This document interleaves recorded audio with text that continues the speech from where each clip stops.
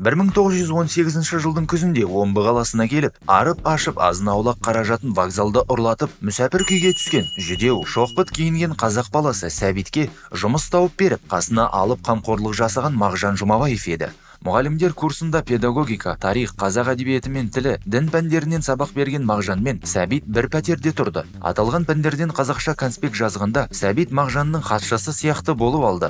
Кешкі уақыттарда Сәбитті өз бөлмесіне шақыртып алады да, орысша кітаптардағы тексті оған қазақша диктовать етеді. Мағжан шамасы бір елден Қызылжар өңірінен болғаннан кейін жас жігіттің білім алуына, орыс тіліне тілі жаттығуына, жазуға қолының жаттығуына көмектесу ниетінде болғаны анық еді. Бірақ жағдай басқаша өзгерді. Сәбит Мұқанов арада бірнеше жыл өткенде, дәлірек айтсақ 1922 жылдың 22 ақпанында Еңбекші қазақ газетінде өзінің баспасөзде бірінші жариялаған түсімде атты фельетонында Жұмабаевтың байшылдық сырын символикалық түрде әшкерелеуге арнайды.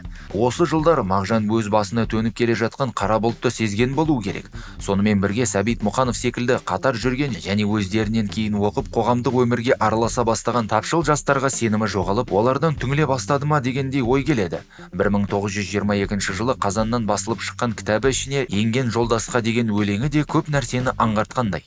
Ей жолдас жас жігіт, қиқу салған лепірген, кетті ме әлде жын соғып, аузың мұнша көпірген, құдықтан ішіп жас жігіт, оған сірә түкірме, кетер сені сел соғып, басыл жаным көпірме. Деген жолдарды оқи отырып, өзі қанатына алып қамқорлық жасаған жандардың өзіне қарсы шығып, орынды орынсыз тиісуі мен сынауына наразы болып, су ішкен құдығына түкірме, жақсылыққа жамандық жасама, басыл тоқтамға кел дегендей ойын аңғарамыз. Тағы да Мұқановтың естелігіне орын берсек, мына жолдарды оқимыз. Бізге халық алдында Мағжанның және өзге алашордашылардың халыққа жау екендігін әшкерелеуге тура келді.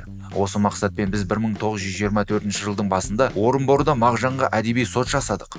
Сәбит Мұқановтың жазуынша, сотта Мағжанға қорғаушы есебінде тағайындалған рабфак оқушысы Жәкен Сәрсенбинді залда отырғанда айғайлап сөйлетпей қояды. Ал Мағжанды айыптаушы міндетін Сәбит Мұқанов атқарды да, оның ұсынысы бойынша сот мынадай қаулы қабылдады. Бірінші, Жұмабаев қазақ халқының, сонымен қатар қазақ халқына қамқор болып отырған Совет үкіметінің қас жауы деп танылсын. Екінші, оның барлық шығармаларын оқылудан алыну өкіметтен сұралсын. Үшінші, бұдан былай советтік баспасөз бетінен Жұмабаевтың шығармаларына орын берілмесін. Міне кеше ғана қиналып келіп, Мағжаннан пана тауып, оның қамқорлығын көрген Мұқанов осылай Мағжанды айыптады. Сәбит неге Мағжанның соңына түсті? 1919 жылғы соғыс кезінде жетім бала Сәбитті Мағжанның атасы Жұмабай қажыға жібереді. Жұмабай қажының жылқысында Көкдауыл деген сетер аты болады. Бірде Сәбит шанаға сол Көкдауылды жегіп, байдың балаларын қыдыртып жүреді. Сонда Көкдауылдың аяғы інге кіріп, мертігеді. Жұмабай Сәбитті бешікпен сабап-сабап, уәде еткен киімін де бермей, қуып жіберген көрінеді. Сәбит Мұқанов өмір мектебінде атты шығармасында Бекен деген оңбаған, уәде берген киімін бермеді деп айтады. Ал себебін қозғамайды. Сол күннен бастап Сәбит Жұмабаев әулетіне өшіккен, соңына түскен деседі. 1988 жылы Мағжан ақталды. Арыстар жарыққа шығып зерттей басталды. Бірақ негізі ол 1960 жылы ақталуы керек болған.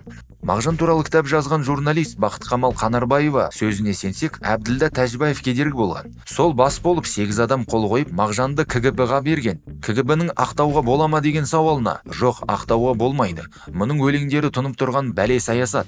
Өзі эротиканы күшті жазады. Оның үстіне әлделе өлім, әлделе деп өлімді насихаттайды деген желеулермен қайта жаптырып тастаған. Қазақстанның орталық атқару комитеті басшысы болған Елтай Ерназаров сауаты төмен, қазақтың рухани құндылықтары мен байлығы, тарихы түгіл өзі өскен ауылының арғы бергісін жетік білмейтін қара дүрсіндеу адам болған деседі. Қазақтың басына туған ұлы нәубеттің бірі болған ашаршылықтың басты ұйымдастырушыларының бірі Голощекиннің әрекетіне септігін тигізген.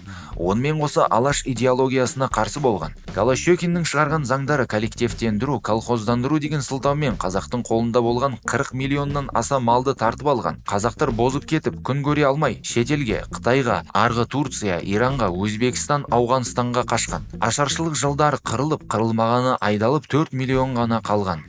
Совет өкіметі орнаған кезде Шәкәрім Құдайбердіұлы қазақ даласында үлкен беделге ие болған. Халық одан кеңес сұрап ақылдасқан. Бұндай Шәкәрім жаңадан құрылып жатқан Совет режиміне ұнамады. Олар Шәкәрімнен Совет одағына қауіп көрді. 1931 жылдың маусымында ОГПУ бастығы лауазымына Абзал Қарасартов тағайындалды. Абзал Қарасартов совет өкіметіне адал еді. Қоқан лоқы мен қысымның көмегімен шәкәрімді совет одағын насихаттаушыға айналдыруға тырысты.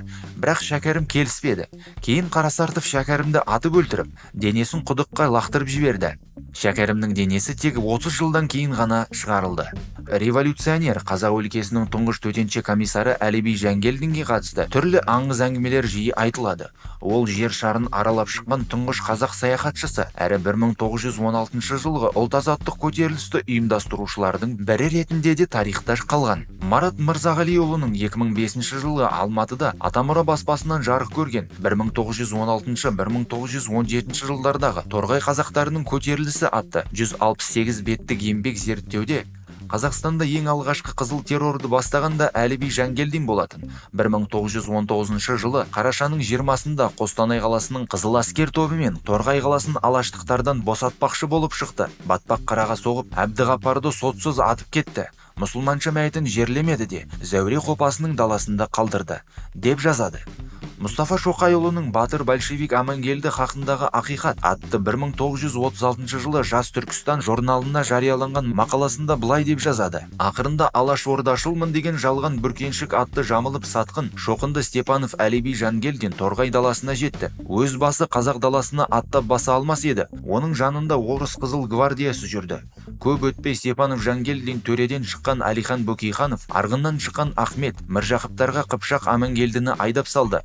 Степанов Жангелдин мен Амангелді маңайына орыс қызыл гвардиясы мен орыс мұжықтарын топтап, қиян кескі соғыс ашты. Большевик сөзін Қыпшақ деп түсінген қараңғы Амангелді Алашордашылармен болған бір шайқаста қаза тапты, деп жазады.